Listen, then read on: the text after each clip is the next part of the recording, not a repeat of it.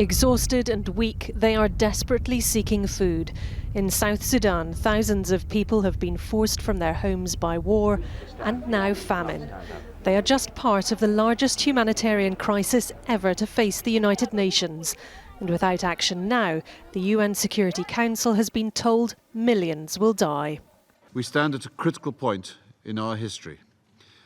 Already at the beginning of the year, we are facing the largest humanitarian crisis since the creation of the United Nations.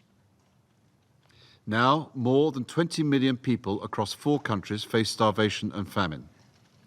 Without collective and coordinated global efforts, people will simply starve to death. £3.6 billion of aid is urgently needed to avert a catastrophe in 4 countries, according to the UN. The biggest crisis is in Yemen, where 7.3 million people urgently need food. In South Sudan, 1 million people are on the brink of famine. 2.9 million people urgently need food to save or sustain their lives in Somalia. And in northeast Nigeria and the Lake Chad area, 7.1 million people are severely food insecure. And in all these countries, conflict is making it harder to reach those in need. In Somalia, civil war and drought have pushed the nation into crisis. Speaking from there, aid workers say they're seeing rising numbers of severely malnourished children. Their bodies are weak, so they are suffering from complications and other illnesses that they've contracted as a result of being hungry and weak, such as pneumonia. And their mothers are terrified about what might happen to their children. The UK government's already pledged hundreds of millions of pounds of relief to these starving populations.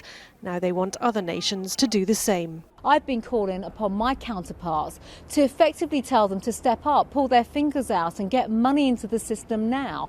This is a crisis for today. This cannot wait in terms of getting support to countries tomorrow, next week or even next month. People will die unless we convene and get together the support that's required now.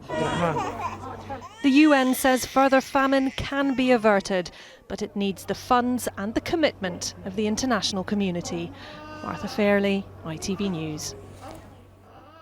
And our special series, Fighting Famine, continues all of next week here on ITV News. You can see all of our reports from the region so far on our website at itv.com/news.